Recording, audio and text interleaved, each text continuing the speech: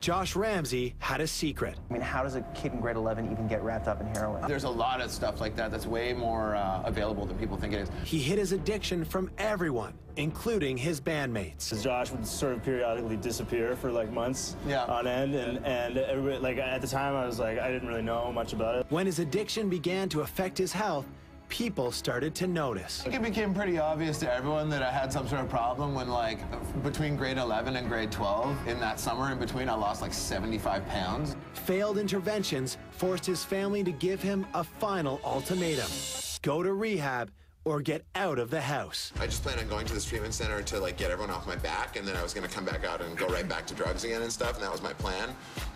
And then I guess once I'd been in the treatment center for about a month, and it actually had drugs out of my system for that long, I suppose my perspective on it just kind of changed. Really, playing music and stuff was so important to me that I realized I finally sort of accepted when I was in treatment that I wouldn't be able to do both, and then I had to pick one that was more important. And it seemed stupid to pick dying and drugs over, you know, playing arts. For Josh, the path to sobriety was a hard one. Coming off that is terrible. I couldn't walk for like a week. I didn't sleep for 2 weeks. It's terrible. And it's not romantic like they make it in the movies. There's nothing romantic about addiction like that. And if kicking drugs wasn't tough enough, a long-standing problem reared its ugly head. I always had insomnia, but it got a lot worse after that. Like, it was something I always had as a kid, and then once I entered into like recovery and stuff, it got considerably worse. He dove into his music to help him stay sane, dealing with his pain, frustration, and anxiety the only way he knew how. I don't think drug addiction is something that anyone should approach to better themselves musically ever. And I was very fortunate to get out of that alive, but it certainly gave me a certain kind of edge that I didn't have before. With new insight came the need for a new band. Ramsey's fiction was over. Josh and Matt were ready for a fresh start. Our drummer, we found him in an ad in a local newspaper. Talented drummer and funny man Ian Castleman placed an ad in the local paper looking for a new band. He knew that I was the guy when he heard all my voicemail at that time was an English to Mandarin translation tape saying, "Excuse me, I am lost, please help me." And then he's like, "That's the guy." And through Ian, they found the last piece of the puzzle.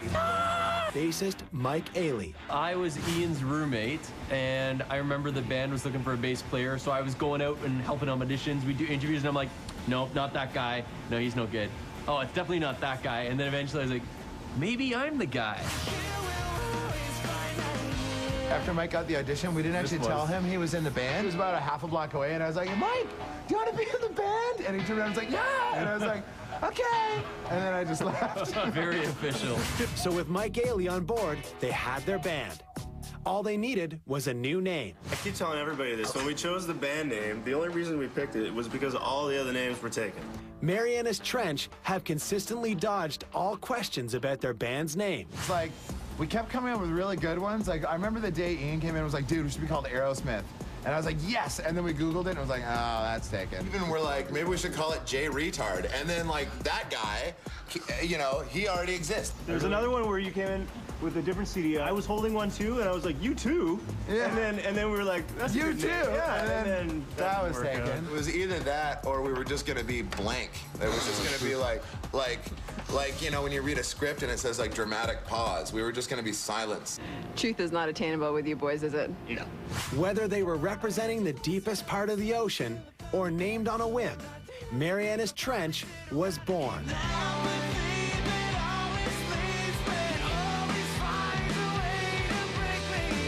But they had one distinct quality that set them apart from other pop-punk bands. They could actually sing. I spoke to you in cautious tone. You answered me with no pretense. And still I feel I said too much. My silence is my self-defense. The newly formed band began to test out their sound, tirelessly writing songs and recording demo after demo. It was either go hard or go home. Only this year have I finally cracked the code on how to use a laundry machine. So, I mean, I'm really helpless in the rest of life. So, like, let's hope this thing pays off or else I'm going to be a homeless guy. They went on a relentless campaign of self-promotion in the hopes of landing a record deal. They caught the attention of Chad Kroeger's newly formed label, 604 Records. Jonathan Simkin, co-owner of the label, had taken an interest in the band, and they were the closest they'd ever been to getting a record deal. I gave Jonathan a demo, and Jonathan liked it, but he said, you know, you got some good ideas, you've got potential, but you're not there yet. And then I would go through like sort of another year of sending him songs every week, and I called his office all the time to try and get him to see me. And eventually I would just show up at his office and sit there until he would finally agree to have a meeting with me, and that's kind of what it took. His unrelenting attempts finally paid off. I, for one, am not going to take it anymore! And in March 2003, they finally landed a deal with 604 Records. It was official. They were on their way to being rock stars. We all did a huge jumping high five, and we traded a lot of high fives that day. They began working on their first studio album, taking full advantage of the perks that go with working with a big label. When we got new songs, I'll usually email them to Chad, and then he'll call me back and we'll sing ideas over the phone at each other for a while. It's good to have, like, you know, the guy who's at the top of your label really supporting you and, you know, helping you out and singing new ideas on your voicemail and all that stuff. They chose to record the album as is, with no computer help. There's a lot of good musicians out there, and studio people will cut up stuff and, you know, digitalize it all. We try to stay away from that on the record, and that's why it's got kind of a good raw sound to it. October 3rd, 2006. Fix Me was ready to hit the streets. They released their first single, Say Anything, a song that Josh wrote while his insomnia was at its peak.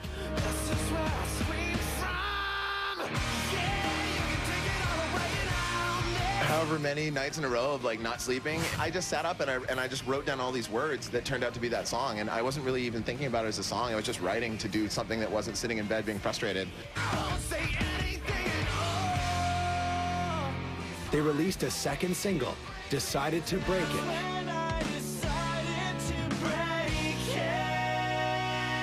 However, neither song placed on the Billboard charts. Where the song didn't do as well on radio, and by as well I mean nothing, because Say Anything barely did anything, and then Decided to Break It really did nothing on the radio. It was a huge blow to the boys' confidence. I think there's a lot of misconceptions about the way it works. It's like people try for years to get a record deal, and then they get one and they're like, okay, boom, we're gonna be huge, right? That's the way it works, and it's not the way it works. 604 Records had faith in the band, and they proposed a third single and video release. But the cash-strapped band had to really weigh in their options. The whole video was such a risk. There was no money left to do like another expensive video. It was either fame or famine. The third single, Shake Tramp, was released to the world on April 9th, 2007.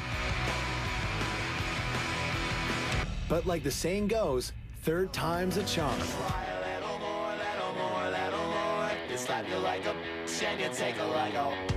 Shake Tramp hit the charts hard by locking itself on Canada's top 100 for 15 straight weeks and hitting #1 on the Much Music Countdown. We got really lucky. Like everyone really responded well to the video, and really that put us on the map. Finally, all the dots connected. But it really took like a couple of years of us like being in a van and eating grilled cheese sandwiches and stuff, and like all four of us sleeping in one hotel room. Your sandwich had cheese on it? The buzz surrounding the band was building fast.